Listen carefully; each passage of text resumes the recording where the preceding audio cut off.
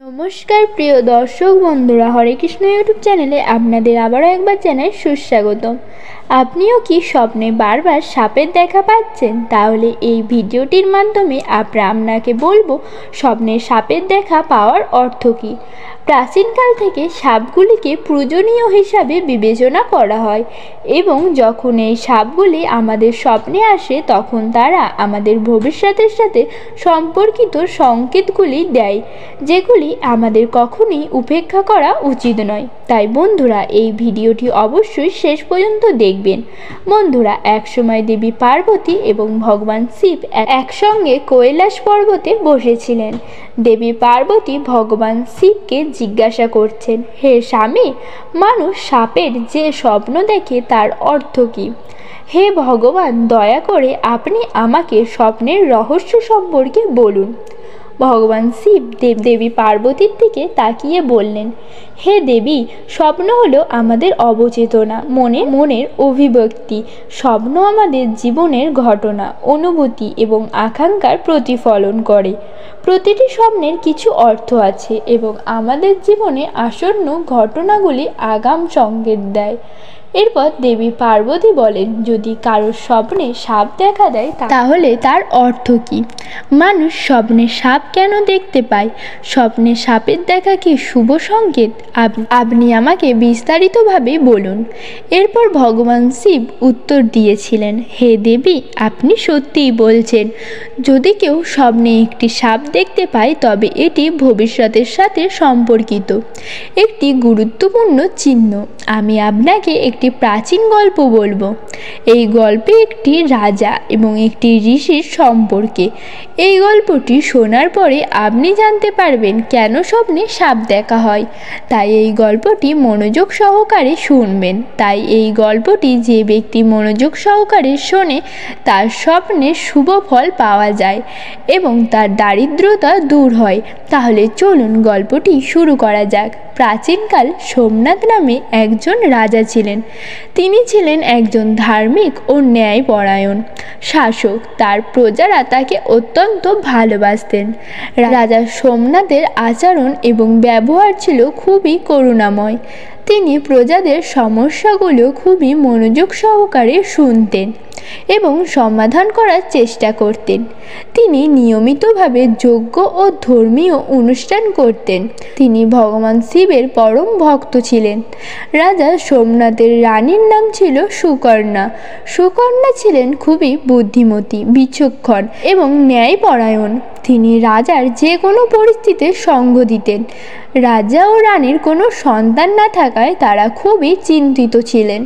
এরপর একদিন রাতে রাজা সোমনাথ একটি বিচিত্র স্বপ্ন দেখলেন।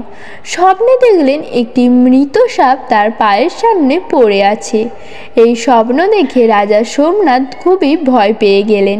তিনি রানী সুকর্ণাকে এই স্বপ্নের কথা বললেন। রানী সুকর্ণাকে জিজ্ঞাসা করলেন, আমি স্বপ্নে একটি মৃত সাপ দেখেছি, এর অর্থ কী?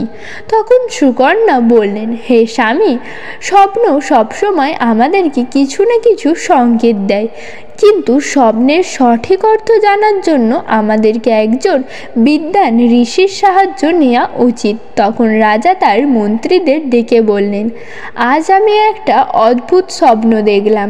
আমার স্বপ্নে আমি একটি মৃত সাপকে দেখলাম যে আমার পায়ের কাছে পড়েছিল। তার অর্থ কী হতে পারে? তোমরা সবাই গিয়ে খোঁজ করো।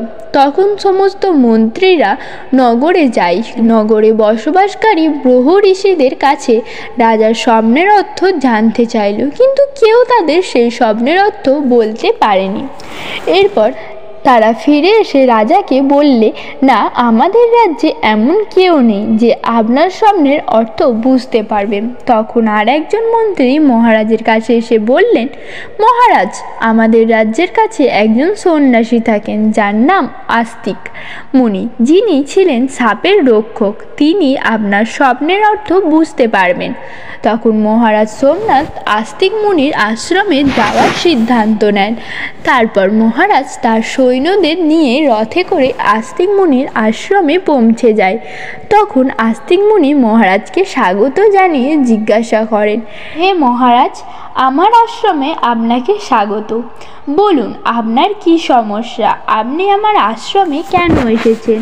তখন মহারাজ সোমনাথ বললেন, হে মুনিবর, আমি আপনার কাছে সাহায্য চাইতে এসেছি। একটি অদ্ভুত সাপের স্বপ্ন দেখেছি আমি, আপনার কাছে সেই স্বপ্নের অর্থ জানতে এসেছি। আস্তিক মুনি বললেন, হে রাজন, আপনি সাপ সম্পর্কিত যা স্বপ্ন দেখেছেন তা বিনা দ্বিধায় আমাকে বলুন। মহারাজ আস্তিক মুনিকে বললেন, হে মুনিবর, কাল রাতে আমি স্বপ্নে দেখলাম আমার পায়ের কাছে একটি মৃত সাপ পড়ে আছে।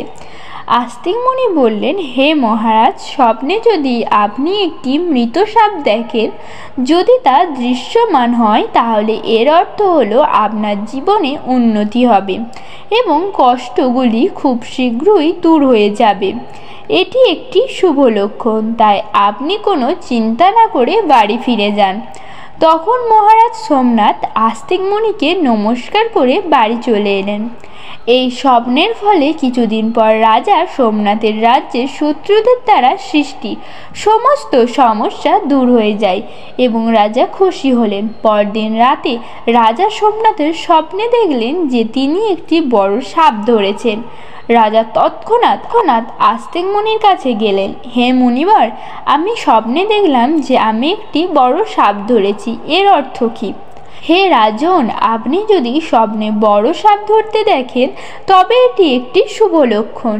এর অর্থ হলো আপনি ভবিষ্যতে পরিশ্রমের মাধ্যমে ধনসম্পদ অর্জন করবেন এবং কিছুদিন পর রাজা একটি বড় যুদ্ধে জয়লাভ করে। এর ফলে তার রাজ্যে ধনসম্পদ বৃদ্ধি পায়। তারপর রাতের স্বপ্নে রাজা সোমনাথ একটি সাপ উড়তে দেখে।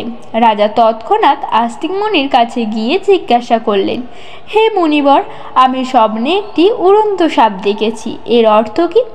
আস্তিক মুনি বললেন, যদি আপনি সাপকে উড়তে দেখেন তার অর্থ এটি উন্নতি এবং প্রগতির প্রতীক। এরপর রাজা রাজ্যের বাণিজ্য ও কৃষিকাজের উন্নতি শুরু হয়। কিছুদিন পর রাজা সোমনাথ স্বপ্নে বারবার কালো সাপ দেখেন। তিনি চিন্তিত হয়ে আস্তিক মুনির কাছে জিজ্ঞাসা করলেন, হে মুনিবর, আমি বারবার স্বপ্নে কালো রঙের সাপ দেখছি, এর অর্থ কী? ঋষি বললেন, যদি আপনি স্বপ্নে বারবার কালো রঙের সাপ দেখেন, এর অর্থ কালসর্প দোষের লক্ষণ, যদিও জ্যোতিষশাস্ত্রে এর সমাধানও বলা আছে।